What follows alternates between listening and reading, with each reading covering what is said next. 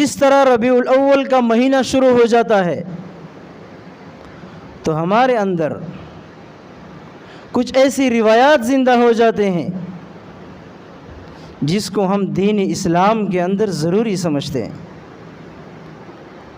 کچھ ایسے اعمال ہمارے اندر پیدا ہو جاتے ہیں جس کو ہم دین اسلام کے ساتھ منسلک کر کے اس کو ہم دین میں لانا چاہتے ہیں. علماء لکھتے ہیں یہ چیز بدعت ہے. بدعت کسے کہتے ہیں؟